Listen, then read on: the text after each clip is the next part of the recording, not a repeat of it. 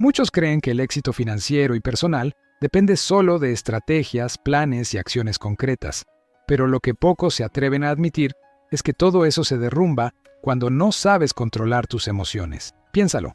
¿Cuántas decisiones importantes tomaste en tu vida movido por la ira, el miedo o la euforia y después te arrepentiste? Vivimos en un mundo que nos entrena a reaccionar, no a responder. Las noticias juegan con nuestro miedo, las redes sociales con nuestra envidia, la publicidad con nuestra inseguridad. Y cuando dejas que eso penetre sin filtro en tu mente, ya no eres tú quien decide, son tus emociones las que conducen tu vida. Quiero que recuerdes un momento específico, ese mensaje de texto que te hizo explotar de rabia y responder sin pensar, esa oportunidad que dejaste pasar porque sentías un miedo que te paralizaba, o ese negocio que cerraste con entusiasmo desbordado y luego resultó ser un desastre. B-roll, secuencia rápida de imágenes, persona cerrando laptop frustrada, alguien mirando un teléfono con enojo, otra firmando un contrato y después llevándose las manos a la cabeza. Lo irónico es que no nacemos sabiendo controlar nuestras emociones. De hecho, la mayoría crece creyendo que sentir intensamente es sinónimo de vivir plenamente, cuando en realidad muchas veces es sinónimo de perder el control. Napoleon Hill, autor de Piense y hágase rico, decía: quien no tiene dominio propio no puede aspirar a dominar nada más. Y eso no solo aplica a los negocios, aplica a cada área de tu vida. Te contaré algo personal. Hace algunos años estaba a punto de tomar una decisión de inversión importante. Todo en mí gritaba, hazlo ya. Los números parecían encajar, el entusiasmo era contagioso y la presión del momento me empujaba a decir que sí. Pero algo dentro de mí decía, espera, respiré, pedí 24 horas. Y en ese tiempo descubrí un detalle que habría convertido esa inversión en una pérdida monumental. Si me hubiera dejado llevar por la emoción del momento, esa decisión me habría costado años de trabajo y una enorme parte de mi tranquilidad. Y aquí está la gran verdad que casi nadie te dice. No controlar tus emociones no solo te hace perder dinero, te hace perder relaciones, oportunidades y salud. Porque cuando reaccionas sin pensar, quemas puentes que quizás nunca puedas reconstruir. Cuando actúas con miedo, dejas escapar oportunidades que no volverán. Y cuando te dejas arrastrar por la euforia, abres la puerta a errores que tardarás años en reparar. En este video no vamos a hablar de respirar hondo y contar hasta 10, como si eso fuera suficiente. Aquí vas a aprender herramientas prácticas y profundas para que seas tú quien dirija tus emociones y no al revés. Te voy a mostrar cómo reprogramar tu mente para que, incluso en medio de una crisis, puedas pensar con claridad y actuar estratégicamente. Y lo más importante, voy a enseñarte a detectar esos micromomentos en los que tu vida puede tomar un rumbo completamente distinto para que elijas el camino correcto. Pero antes, quiero que te quedes con esto grabado. El éxito es 80% gestión emocional y 20% estrategia. Puedes tener el mejor plan del mundo, pero si tus emociones te sabotean, ese plan se convertirá en papel mojado. Así que si alguna vez has sentido que el enojo te hizo perder algo importante, que el miedo te paralizó o que la euforia te llevó a un error, quédate hasta el final, porque lo que vas a descubrir aquí puede ahorrarte años de sufrimiento y acelerar tu camino al éxito. Y mientras estás aquí, te invito a suscribirte y dejarme un comentario contándome, ¿cuál fue la última vez que una emoción te hizo actuar sin pensar? ¿Y qué pasó después? Capítulo 1. El enemigo invisible. La reacción impulsiva. Hay un enemigo silencioso que destruye más sueños que la falta de talento, el dinero o las oportunidades. Ese enemigo se llama reacción impulsiva. No lo ves venir, no lo reconoces como un peligro, y sin embargo, está ahí, listo para sabotear tus decisiones en el momento menos esperado. La reacción impulsiva es esa chispa que enciende un incendio antes de que puedas pensar en cómo apagarlo. Es contestar un mensaje en medio de la rabia, tomar una decisión financiera por miedo a perder una oportunidad o responder a un comentario con palabras que después no puedes retirar. En el instante en que ocurre, parece lo más natural del mundo. Tu mente se convence de que es lo correcto, pero solo porque la emoción ha tomado el volante y tú has pasado al asiento del copiloto. Recuerdo la historia de un empresario joven que había trabajado años para cerrar un contrato con una gran compañía internacional. Había invertido tiempo, dinero y reputación para llegar a esa reunión clave. Sin embargo, justo antes de la firma, uno de los directivos hizo un comentario que él interpretó como una ofensa personal. Sintió cómo la sangre le subía a la cabeza cómo sus manos se tensaban sobre la mesa y sin pensarlo respondió con dureza. El ambiente se congeló. El contrato nunca se firmó. Meses de esfuerzo se desvanecieron en segundos porque, en ese momento, su impulso fue más fuerte que su visión a largo plazo. No fue en el comentario lo que le hizo perder. Fue su incapacidad de regular la emoción que ese comentario detonó. Brian Tracy dice que los campeones son aquellos que hacen lo que deben hacer, sin importar cómo se sientan en el momento. Esa frase es un recordatorio brutal de que nuestras emociones son pasajeras, pero las consecuencias de nuestras decisiones pueden durar toda una vida. Sin embargo, la mayoría actúa como si fuera al revés, protegiendo sus emociones momentáneas y sacrificando resultados duraderos.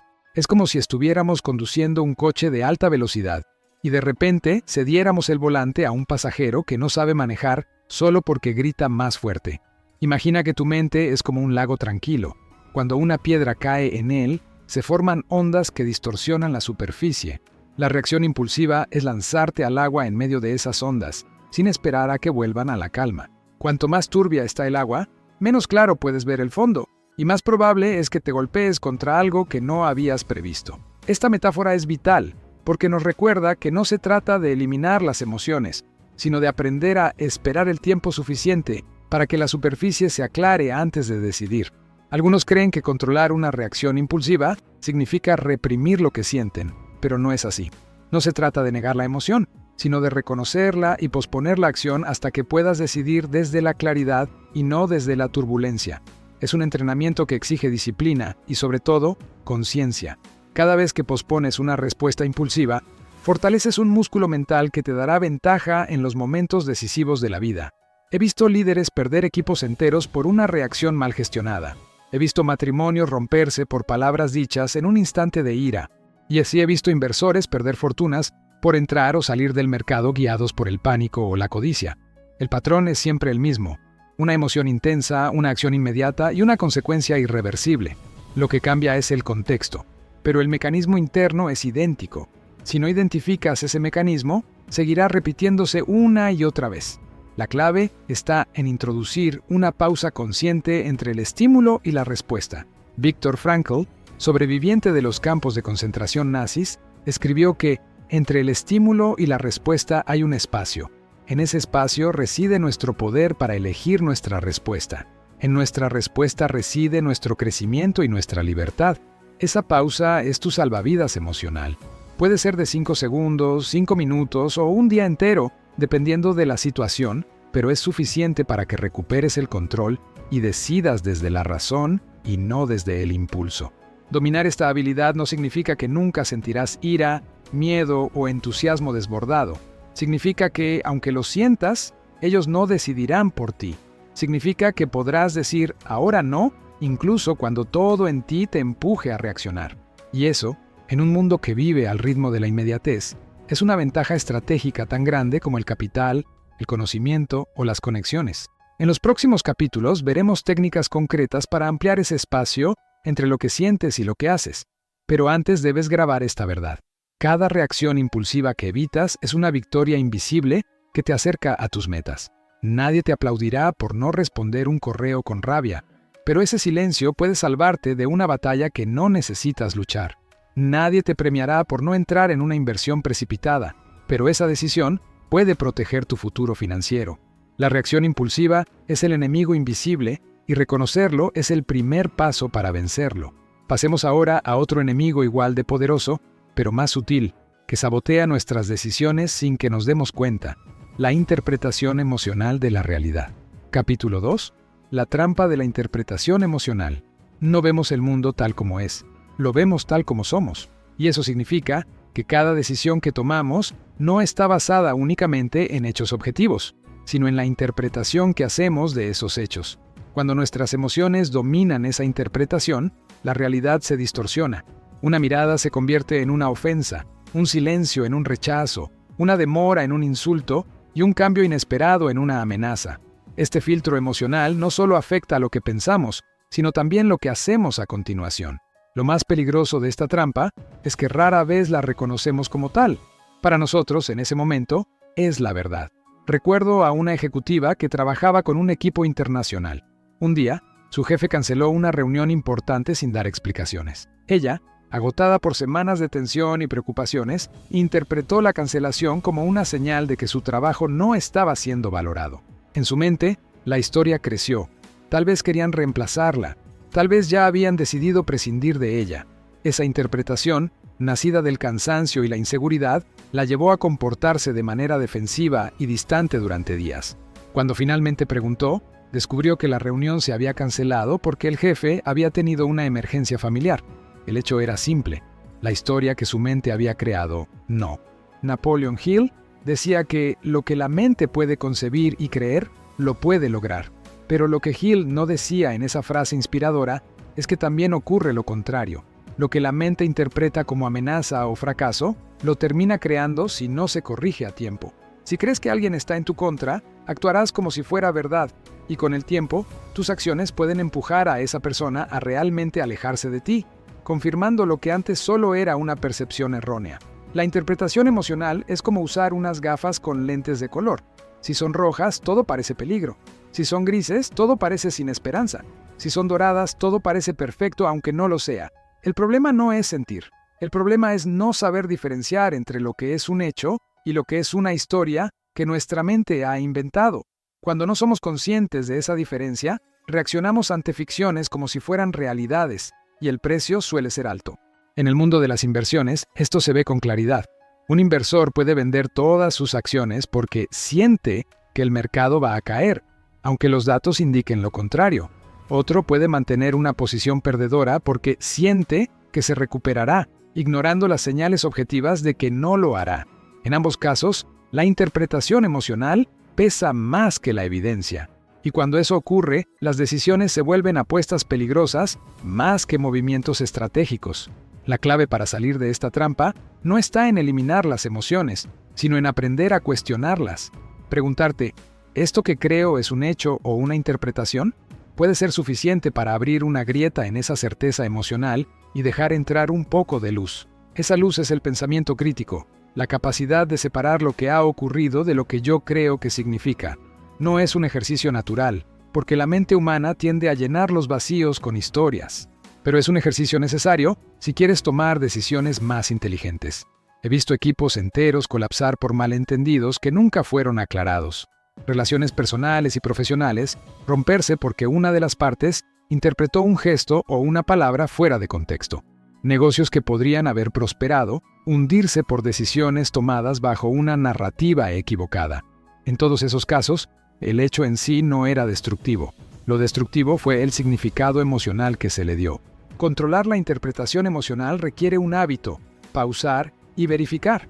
Pausar para no reaccionar inmediatamente y verificar para asegurarte de que lo que crees es cierto. Puede ser tan simple como hacer una pregunta directa, buscar una segunda opinión o revisar los datos antes de actuar. La diferencia entre una decisión precipitada y una decisión acertada muchas veces está en esos minutos adicionales que dedicas a confirmar la realidad. Anthony de Mello, un maestro espiritual, decía que la mayor ilusión del ser humano es que sus opiniones son hechos. Esa frase resume por qué la interpretación emocional es tan peligrosa. Creemos que vemos el mundo como es, pero en realidad lo vemos a través del filtro de nuestras emociones. Y ese filtro cambia con nuestro estado de ánimo, nuestras experiencias y hasta con la hora del día. Por eso, aprender a identificarlo es una de las habilidades más valiosas que puedes desarrollar. Si logras separar el hecho de la interpretación, tu visión se vuelve más clara y tus decisiones más certeras. No reaccionas al miedo, reaccionas a la información. No respondes al enojo, respondes a la realidad. No actúas por euforia, actúas por estrategia. Y eso no solo mejora tus resultados, también te da una paz mental que pocas personas tienen. Porque cuando sabes que tu mente ya no está fabricando amenazas invisibles, puedes vivir con más calma y actuar con más confianza. En el siguiente capítulo, vamos a entrar en un terreno aún más profundo. Cómo las emociones acumuladas en tu pasado pueden secuestrar tu presente y hacerte repetir decisiones que juraste no volver a tomar. Capítulo 3. Las cadenas invisibles del pasado. Hay decisiones que tomas hoy que no pertenecen realmente a tu presente. Nacen de heridas, miedos y experiencias que arrastras desde hace años, quizá desde la infancia. Son las cadenas invisibles del pasado, esas que condicionan tu manera de reaccionar, de confiar y hasta de soñar. Lo más engañoso de estas cadenas es que se camuflan como parte de tu personalidad. Crees que eres así, porque siempre fuiste así, pero en realidad muchas de esas reacciones no son tuyas. Son respuestas aprendidas en otro tiempo, ante otras circunstancias, que ahora se activan sin que te des cuenta. Imagina a un niño que crece en un hogar donde cada error es castigado con dureza. Aprende a asociar equivocarse con dolor, vergüenza y humillación. Años después, ya adulto, evita tomar decisiones arriesgadas, no porque le falte capacidad, sino porque su memoria emocional le dice que equivocarse es peligroso. Cada vez que siente la posibilidad de fallar, su cuerpo reacciona como si estuviera de nuevo en aquella habitación, escuchando gritos y esperando el castigo. Lo curioso es que, objetivamente, ya no hay peligro, pero la mente no distingue entre el recuerdo y la amenaza real. Daniel Goleman, autor de Inteligencia Emocional, explica que las emociones intensas del pasado dejan huellas profundas en el cerebro, especialmente en la amígdala, la parte encargada de la respuesta emocional rápida. Esas huellas actúan como botones que, cuando se presionan, disparan reacciones automáticas. Por eso puedes sentir una ola de miedo, rabia o tristeza en situaciones que, en apariencia, no lo justifican. No es la situación en sí. Es el eco de algo que viviste antes y que tu cuerpo interpreta como si estuviera ocurriendo de nuevo. Conozco a un empresario que, en su primer negocio, fue traicionado por un socio de confianza. Perdió dinero, reputación y, sobre todo, la fe en las personas. Décadas después, cada vez que alguien le proponía una colaboración, encontraba razones para rechazarla. Decía que prefería trabajar solo, pero en realidad estaba evitando revivir el dolor de aquella traición. El problema es que, al protegerse del pasado, también se estaba cerrando a oportunidades que podrían haber multiplicado sus resultados. Estas cadenas invisibles no siempre se presentan como miedos evidentes. A veces se disfrazan de prudencia, de perfeccionismo o de independencia absoluta. El perfeccionista extremo puede ser alguien que, de niño, solo recibía amor cuando lograba algo impecable. La persona que insiste en no necesitar a nadie, tal vez aprendió a no depender de otros porque fue decepcionada demasiadas veces. En ambos casos, lo que parece una fortaleza puede ser, en realidad, una defensa construida sobre una herida no resuelta. La metáfora más clara que puedo darte es la de un elefante de circo. Desde pequeño, lo atan con una cuerda a una estaca en el suelo. Al principio, intenta soltarse, pero es demasiado débil para conseguirlo. Con el tiempo, deja de intentarlo. Ya adulto, un simple hilo puede mantenerlo en su lugar, porque en su mente todavía es aquel elefante pequeño que no podía escapar. Así funcionan las cadenas emocionales. No importan tus recursos actuales. Si tu mente cree que sigues atado, no te moverás. Romper estas cadenas requiere un acto de conciencia y valentía. Primero, identificar de dónde viene esa reacción automática. Preguntarte, ¿esta respuesta es mía o es un reflejo de algo que viví antes? Segundo, desafiar la creencia que sostiene esa reacción. Si un fracaso en el pasado te llevó a evitar riesgos, reconocer que ese fracaso no define tu futuro. Si una traición te hizo desconfiar, aceptar que no todas las personas repetirán esa historia. Tercero, exponerte de forma controlada a aquello que temes, para enseñarle a tu mente que el presente no es el pasado. Lo más liberador de este proceso es darte cuenta de que no eres prisionero de tu historia. Sí, lo que viviste te marcó, pero no tiene que dictar todas tus decisiones. Viktor Frankl, que sobrevivió a los campos de concentración nazis, escribió que todo se le puede quitar a un hombre menos una cosa, la última de las libertades humanas, la elección de la actitud personal ante cualquier tipo de circunstancia. Esa libertad incluye la capacidad de decidir que, aunque el pasado te enseñó a reaccionar de una manera, hoy eliges hacerlo de otra. He visto personas transformar por completo sus vidas cuando logran identificar y romper una de estas cadenas. Un inversor que por fin se atreve a entrar en un proyecto después de años de inmovilidad.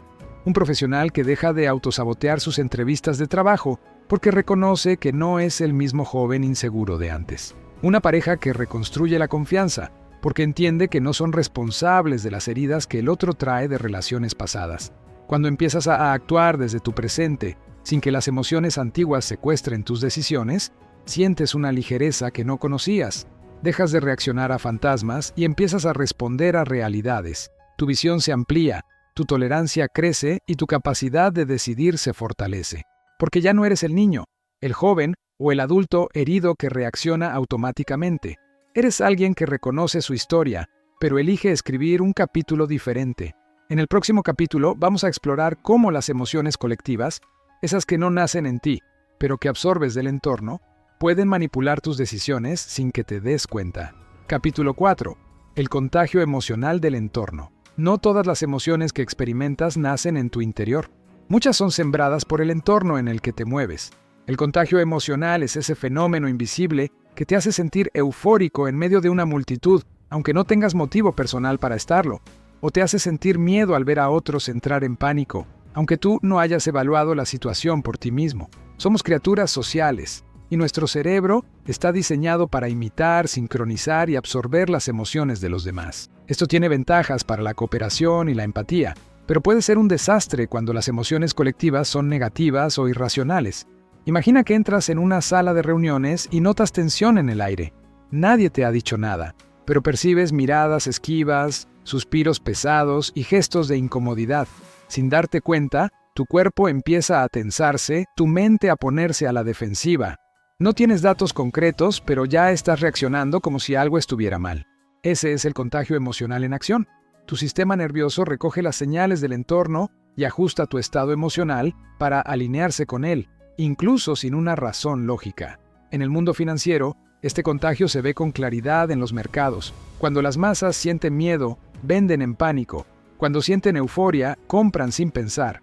El problema es que, en ambos casos, la decisión no nace de un análisis objetivo, sino de una emoción colectiva amplificada por la repetición.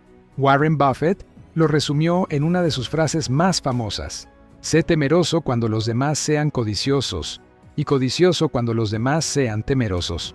Entender el contagio emocional es justamente lo que permite ir contra la corriente y tomar decisiones más acertadas. Recuerdo el caso de un emprendedor que asistió a una conferencia donde todos los presentes hablaban con entusiasmo de una nueva tecnología. La energía en la sala era tan alta que, sin investigar demasiado, decidió invertir una suma considerable en una startup relacionada con ese sector. Meses después, la burbuja estalló y perdió gran parte de su capital. No había tomado esa decisión desde la información, sino desde la euforia colectiva que respiraba en ese momento. El contagio emocional no se limita a las multitudes físicas, ocurre también en las redes sociales.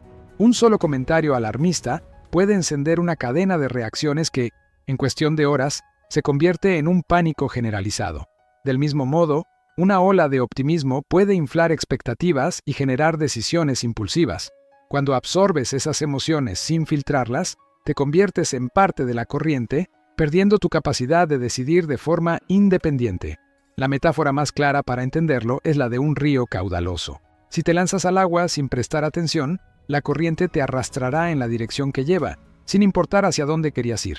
El contagio emocional funciona igual. Si no estás anclado a tus propios criterios, te moverás al ritmo de lo que sienta la mayoría, aunque te lleve a un destino que no deseas. Protegerte de este fenómeno no significa aislarte del mundo, sino desarrollar un filtro que te permita detectar cuando una emoción no es tuya, sino prestada. Esto implica hacer una pausa y preguntarte: ¿realmente siento esto por algo que me afecta directamente o lo estoy sintiendo porque otros a mi alrededor lo sienten? Ese simple acto de cuestionar te devuelve el control y te permite actuar desde la conciencia, no desde el reflejo. He visto empresas tomar decisiones estratégicas fatales porque su liderazgo se dejó llevar por la presión emocional del sector. He visto personas endeudarse para comprar en una moda pasajera, porque todos a su alrededor lo hacían y no querían quedarse fuera. Y también he visto líderes que, al mantenerse firmes en medio del pánico general, salieron fortalecidos mientras otros caían. La diferencia siempre estuvo en su capacidad para distinguir entre emociones propias y emociones ajenas. Tony Robbins dice que la calidad de tu vida depende de la calidad de tus emociones. Si esas emociones no son tuyas, sino el reflejo de otros, estás viviendo una vida que no es realmente tuya. Estás decidiendo en base a estados emocionales que no nacen de tus valores, tus metas o tus principios, sino de la agenda o el estado anímico de una masa. Esa es una forma de perderte sin siquiera darte cuenta. El verdadero poder está en aprender a escuchar lo que pasa afuera, pero decidir desde lo que pasa dentro. Puedes estar en medio de una multitud en pánico y mantenerte calmado. Puedes escuchar un coro de voces optimistas y seguir evaluando los riesgos. No se trata de ir siempre en contra de la mayoría, sino de asegurarte de que tu decisión no está siendo dictada por un impulso colectivo que no comprendes del todo. En el próximo capítulo vamos a explorar cómo las emociones mal gestionadas afectan directamente tu salud física y mental, y cómo ese deterioro silencioso termina por influir en cada una de tus decisiones. Hasta aquí hemos visto 4 verdades incómodas que muchas personas pasan toda su vida ignorando. Hemos hablado de cómo la reacción impulsiva puede destruir en segundos lo que tardaste años en construir. Hemos descubierto que tu interpretación emocional de la realidad puede ser más peligrosa que la realidad misma. Hemos destapado las cadenas invisibles del pasado que condicionan tu presente y finalmente hemos visto cómo las emociones colectivas pueden arrastrarte a decisiones que no son realmente tuyas. Si conectaste con alguna de estas ideas, es probable que ya estés recordando momentos en los que una emoción no controlada te llevó a un resultado que no querías. Y esa es una señal poderosa, porque significa que estás empezando a ver esos patrones. El primer paso para cambiarlos es reconocerlos. Quiero que aproveches este momento para dejarme un comentario. De las 4 cosas que hemos visto, ¿cuál crees que te ha afectado más en tu vida? Leer tus experiencias no solo me ayuda a crear contenido más útil, también permite que otros aprendan de lo que has vivido. Y si todavía no te has suscrito, este es el momento. Lo que viene en la segunda parte de este video es aún más transformador, porque vamos a entrar en técnicas y enfoques prácticos para que no solo reconozcas tus emociones, sino que las uses a tu favor en cada decisión. Respira hondo, porque lo mejor está por venir. Capítulo 5. El precio oculto de las emociones en tu salud. Las emociones no solo influyen en tus decisiones, también dejan una huella silenciosa en tu cuerpo y tu mente. Cada vez que experimentas estrés, ira, miedo o ansiedad sin gestionarlos adecuadamente, tu organismo activa una serie de reacciones químicas diseñadas para protegerte en situaciones de peligro. Esta respuesta, conocida como lucha o huida, es útil si te enfrentas a una amenaza real, como escapar de un accidente o defenderte de un ataque. Pero cuando se activa constantemente por problemas cotidianos, se convierte en un enemigo silencioso que desgasta tu salud. El cuerpo no distingue entre un león persiguiéndote y un correo electrónico que te molesta. Para tu sistema nervioso, ambos son una amenaza. Por eso, cada vez que te dejas arrastrar por una emoción intensa, tu corazón late más rápido, tu presión arterial sube y tu respiración se acelera. A corto plazo, esto no es grave. A largo plazo, vivir así de forma habitual es como mantener el motor de un coche acelerado durante años. Tarde o temprano, algo se rompe. Recuerdo a un gerente que trabajaba bajo una presión constante. Cada reunión con la dirección era un campo de batalla emocional. Los días antes de presentar resultados apenas dormía. Su estómago se resentía y sufría dolores de cabeza continuos. Creía que eso era parte normal de su trabajo, hasta que un día su cuerpo dijo basta. Un colapso nervioso lo obligó a detenerse. Fue entonces cuando entendió que las emociones no gestionadas estaban cobrando un precio que no estaba dispuesto a pagar: su salud. La ciencia lo confirma. Estudios de la Universidad de Harvard muestran que el estrés crónico debilita el sistema inmunológico, acelera el envejecimiento celular y aumenta el riesgo de enfermedades cardíacas. La ira frecuente se asocia con mayor probabilidad de infartos. La ansiedad constante puede provocar problemas digestivos, insomnio y deterioro cognitivo. Y lo más preocupante es que muchas de estas condiciones no se desarrollan de un día para otro. Se acumulan en silencio, mientras seguimos diciéndonos que estamos bien. Anthony de Mello decía que la mayor locura del hombre es sacrificar su salud para ganar dinero y luego sacrificar su dinero para recuperar la salud. Esto no significa que debamos vivir en una calma absoluta, sino que debemos aprender a regular nuestro estado interno para que nuestras emociones no nos mantengan en un estado de alerta permanente. Una metáfora útil para entenderlo es la de un termostato. Si tu cuerpo es la casa y tus emociones son el sistema de calefacción, el estrés y la ira elevan la temperatura rápidamente. Si no ajustas el termostato, la casa se sobrecalienta y se vuelve inhabitable. Del mismo modo, si no ajustas tu respuesta emocional, tu cuerpo se ve sometido a un calor constante que lo desgasta. La buena noticia es que la gestión emocional no solo protege tu salud, también la mejora. Practicar técnicas como la respiración profunda, la meditación o el ejercicio físico regular ayuda a reducir los niveles de cortisol, la hormona del estrés. Dedicar tiempo a actividades que te aporten placer y calma, como leer, caminar al aire libre o escuchar música, crea un espacio para que tu sistema nervioso se recupere Y sobre todo, aprender a responder en lugar de reaccionar ante los problemas disminuye drásticamente el impacto físico de las emociones intensas. He visto personas transformar su vida no porque cambiaran de trabajo o ganaran más dinero, sino porque aprendieron a manejar su estado interno. Un amigo que sufría de hipertensión logró reducir su medicación simplemente practicando técnicas de respiración y aplicando pausas conscientes antes de entrar en reuniones estresantes. Otro, que vivía con dolor de espalda crónico, descubrió que gran parte de su tensión física provenía de emociones acumuladas que nunca había procesado. Cuando entiendes que tu salud es el soporte físico de todas tus metas, empiezas a ver la gestión emocional no como un lujo, sino como una obligación. Porque de nada sirve tener éxito financiero si tu cuerpo no te acompaña para disfrutarlo. Y de nada sirve alcanzar tus objetivos si, en el camino, te destruyes por dentro. En el próximo capítulo vamos a explorar cómo el exceso de control sobre tus emociones puede convertirse en otra forma de sabotaje, y por qué reprimir lo que sientes no es lo mismo que gestionarlo. Capítulo 6. El espejismo del control absoluto. En el mundo del desarrollo personal se habla mucho de controlar las emociones, pero ese concepto mal interpretado puede convertirse en una trampa peligrosa. Hay quienes creen que gestionar las emociones significa reprimirlas por completo, aparentar que nada les afecta y actuar como si siempre estuvieran en calma. Este es el espejismo del control absoluto, una ilusión que, en lugar de liberarte, termina construyendo una prisión interior. Reprimir lo que sientes no es lo mismo que controlarlo. Cuando reprimes, empujas la emoción hacia un rincón oscuro de tu mente, creyendo que así desaparecerá. Pero lo que en realidad ocurre es que esa emoción se acumula, fermenta y tarde o temprano encuentra una salida, normalmente en el peor momento y de la peor manera. Es como intentar tapar el vapor de una olla a presión. Por un tiempo puede parecer que todo está bajo control, pero si no liberas la tensión, la explosión es inevitable. Recuerdo el caso de un directivo que, decidido a proyectar una imagen de fortaleza inquebrantable, jamás mostraba enojo, tristeza o miedo. En las reuniones, su voz siempre era firme, sus gestos medidos, su discurso impecable. Sin embargo, su equipo notaba una tensión invisible, como si en cualquier momento algo pudiera romperse. Esa tensión acumulada terminó manifestándose en un episodio de furia desproporcionada ante un problema menor. Lo que había intentado esconder durante años salió a la superficie en segundos, dañando relaciones y credibilidad.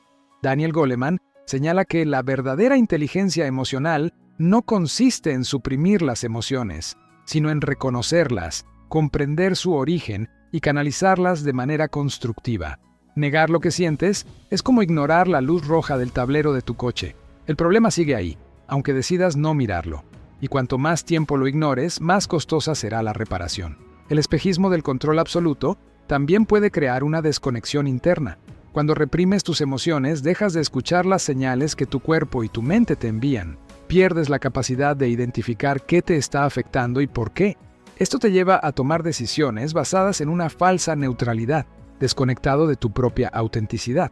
Al final, esa distancia emocional no solo te afecta a ti, también debilita tus relaciones, porque los demás perciben que algo no encaja, aunque no sepan explicarlo.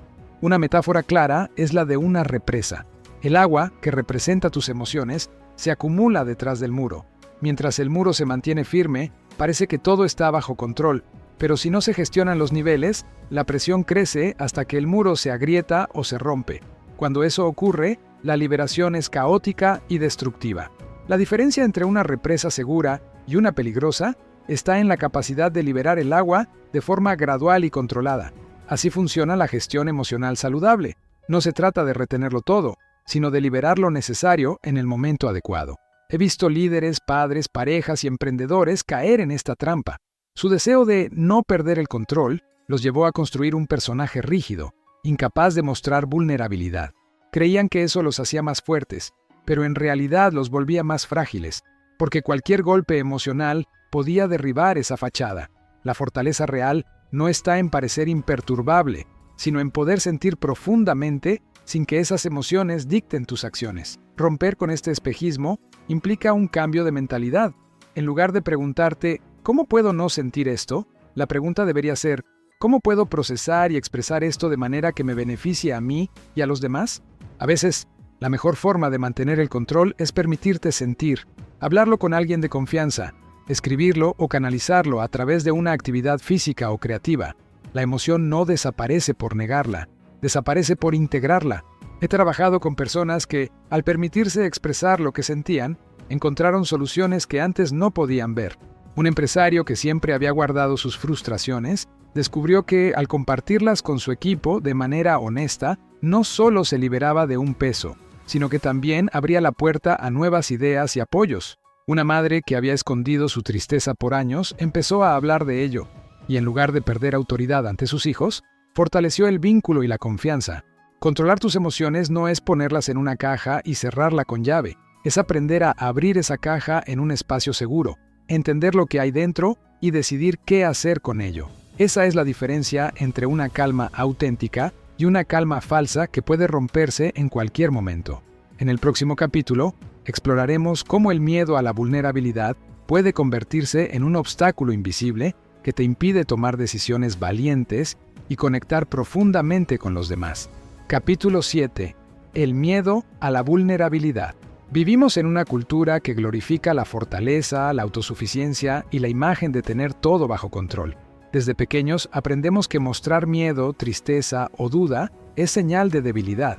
Se nos enseña a aguantar, a no llorar y a no dejar que nadie vea nuestras grietas. Así nace el miedo a la vulnerabilidad, un miedo que se convierte en una barrera invisible entre nosotros y los demás, y que, sin darnos cuenta, limita nuestra capacidad de tomar decisiones valientes y de construir relaciones auténticas. La vulnerabilidad no es simplemente abrirse y contar tus problemas, es la disposición a ser visto tal como eres, con tus imperfecciones, tus miedos y tus dudas. Es mostrarte incluso cuando no tienes garantías de cómo te recibirán. Brené Brown, una de las mayores investigadoras en este tema, dice que la vulnerabilidad es la cuna de la innovación, la creatividad y el cambio.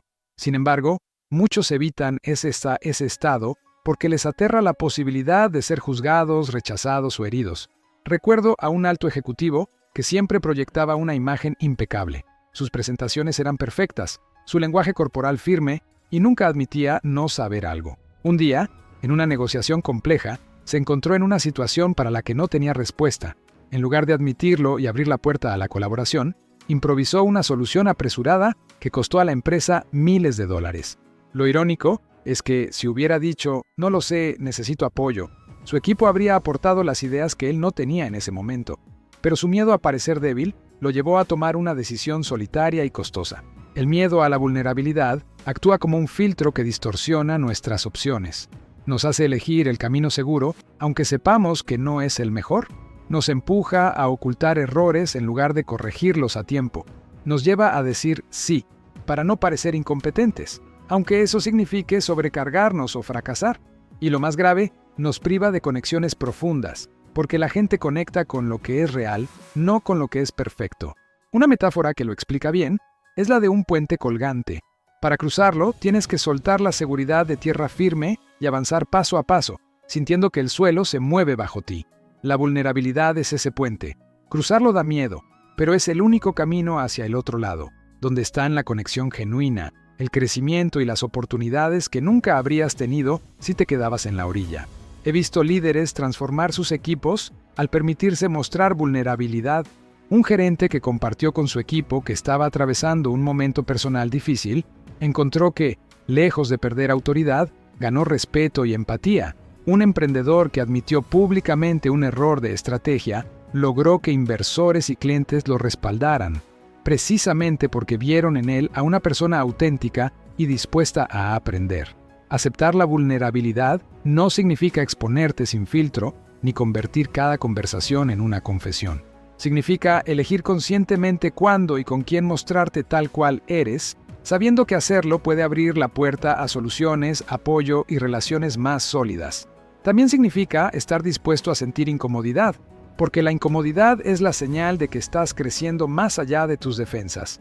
El miedo a la vulnerabilidad muchas veces está alimentado por experiencias pasadas. Quizá confiaste en alguien y te traicionó, o mostraste tus emociones y fuiste ridiculizado. Esas heridas crean un instinto de autoprotección que, aunque te protege del dolor, también te aísla de lo bueno. La clave está en reconocer que la vulnerabilidad no es un estado permanente de exposición, sino una herramienta estratégica que usas cuando puede aportar valor y conexión. He trabajado con personas que, al superar este miedo, han dado saltos significativos en su vida. Una profesional que llevaba años estancada en su carrera, finalmente pidió una reunión con su jefe para hablar de sus aspiraciones. Lo hizo con honestidad, reconociendo sus fortalezas y también sus áreas de mejora. El resultado fue una promoción y un nuevo proyecto que revitalizó su motivación.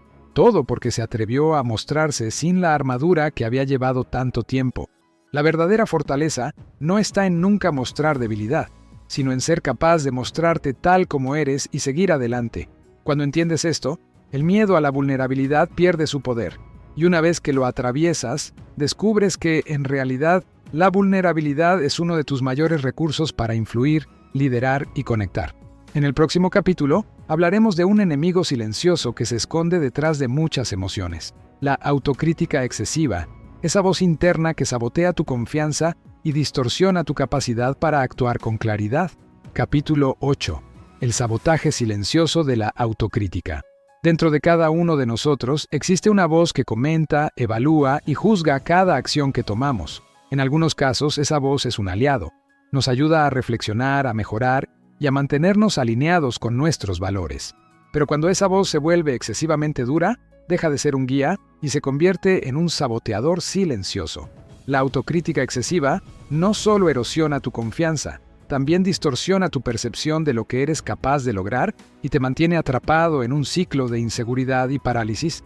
Esa voz suele aparecer con frases como «no eres lo suficientemente bueno», «si fallas quedará en evidencia que no vales» o «¿quién eres tú para intentarlo?». Lo peligroso es que, cuando estas frases se repiten constantemente, dejan de sonar como pensamientos y empiezan a sentirse como verdades absolutas. Y cuanto más las crees, más pequeñas se vuelven tus decisiones, porque buscas evitar cualquier situación que pueda confirmar esos juicios internos. Recuerdo el caso de una emprendedora con una idea brillante para un nuevo producto. Había hecho su investigación, validado el mercado y recibido comentarios positivos de potenciales clientes. Sin embargo, nunca dio el paso para lanzar su proyecto. ¿La razón?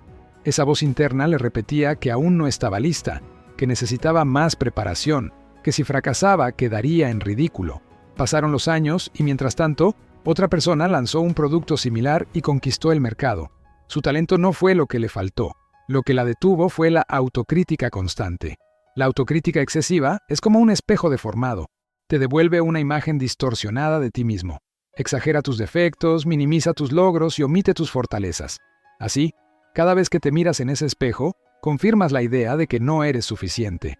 Y cuanto más tiempo pasas frente a él, más crees que esa es la única imagen posible. Una metáfora útil para entenderlo es la de un entrenador que nunca reconoce un avance. Imagina entrenar para una maratón y que tu entrenador solo señale tus errores. Tu postura es mala, corres demasiado lento, te falta fuerza. Con el tiempo, aunque mejores, sentirás que no avanzas y lo más probable es que abandones. Ese entrenador interno, cuando es excesivamente crítico, no te ayuda a crecer, te paraliza. La autocrítica, en dosis equilibradas, es necesaria para el desarrollo personal. Nos permite aprender de los errores y buscar la excelencia. El problema surge cuando se convierte en un hábito automático, una respuesta por defecto a cualquier intento de avanzar. En ese punto, deja de impulsarte y empieza a frenarte. Muchas veces, esta voz se origina en mensajes que recibimos en la infancia o en experiencias donde el error fue castigado duramente. Esos ecos del pasado se instalan en nuestra mente y seguimos escuchándolos como si fueran actuales. Romper con este patrón implica dos pasos esenciales. El primero es reconocer cuándo la autocrítica está hablando y distinguirla de la evaluación constructiva. Preguntarte, ¿esta voz me está ayudando a mejorar o solo me está frenando? El segundo es aprender a reemplazar esa voz por una más equilibrada, que reconozca tanto lo que falta por mejorar como los avances que ya has logrado. No se trata de engañarte con optimismo vacío, sino de entrenarte para ver la imagen completa. He visto personas lograr cambios extraordinarios cuando aprenden a manejar su autocrítica. Un profesional que siempre evitaba dar presentaciones en público, comenzó a hacerlo con regularidad después de reentrenar su diálogo interno para enfocarse en sus puntos fuertes. Un artista que se había paralizado durante años, volvió a crear y exponer su obra cuando dejó de decirse «no eres lo suficientemente buena» y empezó a preguntarse «¿cómo puedo mejorar esta vez?». Anthony Robbins suele decir que la calidad de tu vida depende de la calidad de las preguntas que te haces. Si las preguntas que te haces parten de la autocrítica destructiva, tus respuestas serán limitadas. Pero si empiezas a formular preguntas desde la curiosidad y la voluntad de aprender, abrirás puertas que antes creías cerradas. El sabotaje de la autocrítica no siempre se nota de inmediato. A veces se disfraza de prudencia, de perfeccionismo o de realismo. Pero si al final del día te das cuenta de que más que impulsarte te detiene, es una señal de que esa voz necesita ser reeducada. Y la buena noticia es que, con práctica, puedes convertirla en una aliada. En el próximo capítulo, vamos a abordar el cierre de todo este recorrido, integrando las ideas más poderosas que hemos visto y mostrándote cómo aplicar la gestión emocional de forma estratégica para transformar no solo tus decisiones, sino toda tu vida. Capítulo 9. La maestría emocional. De reaccionar a liderar. Hasta ahora hemos explorado los enemigos invisibles que minan nuestra capacidad de tomar decisiones claras. La reacción impulsiva, la interpretación emocional, las cadenas del pasado, el contagio colectivo, el impacto en la salud, el espejismo del control absoluto, el miedo a la vulnerabilidad y el sabotaje de la autocrítica. Cada uno de estos elementos tiene el poder de arrastrarte si no eres consciente de su influencia. Pero hay un nivel más alto, una cima a la que pocos llegan, la maestría emocional. Este no es un estado en el que las emociones desaparecen, sino uno en el que aprendes a utilizarlas como una herramienta estratégica para liderar tu vida y tu entorno. La maestría emocional significa que ya no vives en modo reactivo. No eres una marioneta de lo que sientes en el momento. Reconoces la emoción cuando aparece, entiendes de dónde viene, la canalizas y decides qué hacer con ella de forma deliberada. Es un cambio de identidad. Pasas de ser alguien que se deja llevar a alguien que elige llevar. No significa que nunca sientas miedo, ira o tristeza, sino que esas emociones dejan de ser un obstáculo y se convierten en señales de información. Recuerdo a un líder empresarial que enfrentó una crisis severa en su compañía. Caída de ingresos, fuga de talento y presión constante de inversores. Cualquier otro habría reaccionado con pánico o agresividad.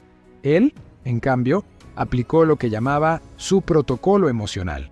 Primero se dio espacio para procesar la ansiedad en privado, reconociendo que estaba ahí. Luego, deliberadamente adoptó un estado de calma antes de reunirse con su equipo. No fingía que todo estaba bien.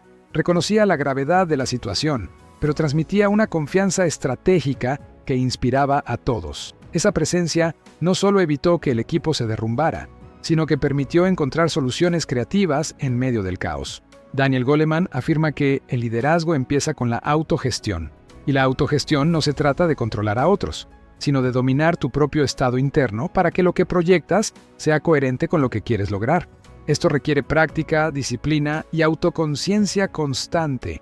La maestría emocional se entrena, igual que un músculo, a través de pequeñas decisiones diarias en las que eliges responder en lugar de reaccionar. Una metáfora útil para visualizarlo es la de un navegante experimentado. No puede controlar el viento, pero sabe ajustar las velas para llegar a destino. Las emociones son como ese viento, a veces suaves y favorables, otras veces violentas y desestabilizadoras. La diferencia entre un navegante inexperto y uno maestro es que este último sabe leer las corrientes, anticipar cambios y usar incluso las ráfagas más intensas para avanzar. De la misma manera, alguien con maestría emocional puede usar una emoción intensa como combustible para tomar decisiones valientes, en lugar de permitir que esa emoción lo desvíe del rumbo.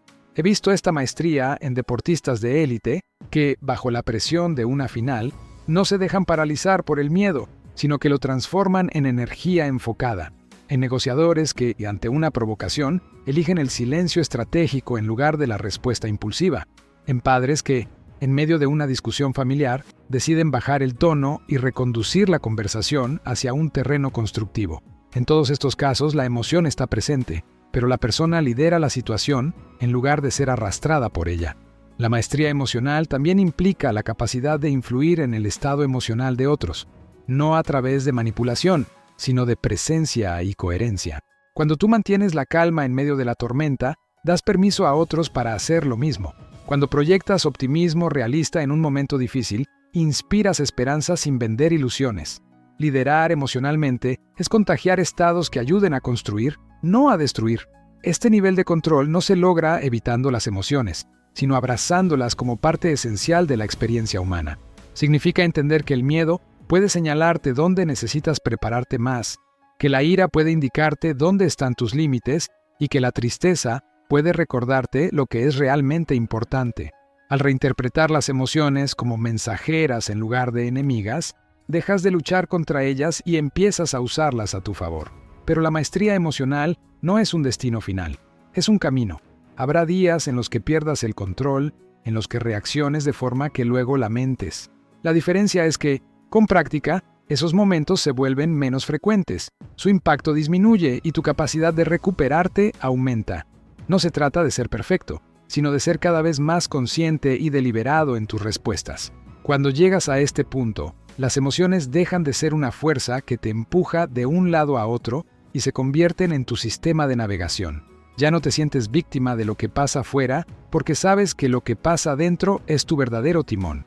Y desde ahí, puedes liderar no solo tus decisiones, sino también inspirar a otros a hacer lo mismo. En el siguiente y último apartado, el cierre inspirador, vamos a integrar todo lo que hemos aprendido y te voy a dar una llamada a la acción clara para que empieces hoy mismo a tomar el control de tus emociones antes de que ellas te controlen.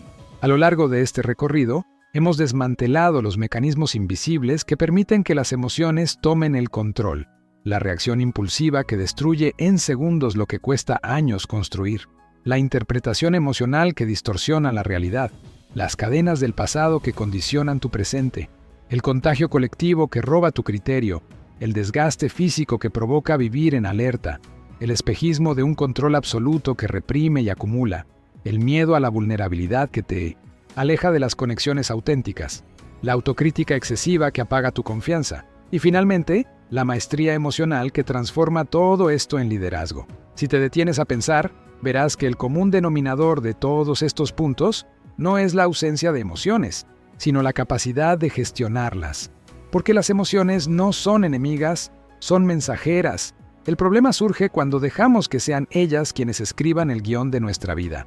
Cuando eso pasa, tomamos decisiones que no nacen de nuestros valores o metas, sino de un impulso momentáneo que, con el tiempo, nos deja vacíos o arrepentidos. La verdad incómoda es que nadie va a hacerlo por ti. Ningún mentor, libro o curso podrá vivir tus emociones por ti. La gestión emocional es una responsabilidad profundamente personal. Y, sin embargo, cuando asumes esa responsabilidad, todo lo demás empieza a encajar.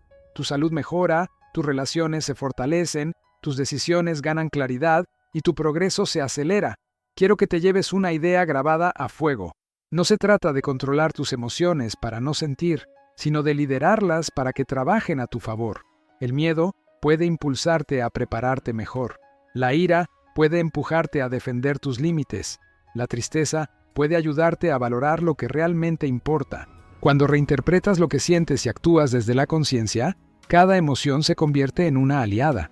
Ahora te pregunto, ¿cuál de estos 9 puntos crees que más ha influido en tu vida hasta hoy? ¿Y qué vas a hacer a partir de ahora para cambiarlo? Deja tu respuesta en los comentarios. Quiero leerte y aprender de tu experiencia, porque este espacio no es solo mío, es una comunidad de personas comprometidas a crecer. Y si este contenido te ha resonado, suscríbete y activa la campanita, porque el próximo video será una extensión práctica de este tema. Te mostraré ejercicios concretos para entrenar tu maestría emocional día a día. No te lo pierdas porque puede convertirse en la pieza que faltaba para que todo lo que has aprendido hoy se convierta en acción. Recuerda, la diferencia entre quienes logran lo que se proponen y quienes se quedan a mitad de camino no es la ausencia de emociones, sino la capacidad de liderarlas. Empieza hoy, porque cuanto antes tomes el timón, antes decidirás tu rumbo. Nos vemos en el próximo video.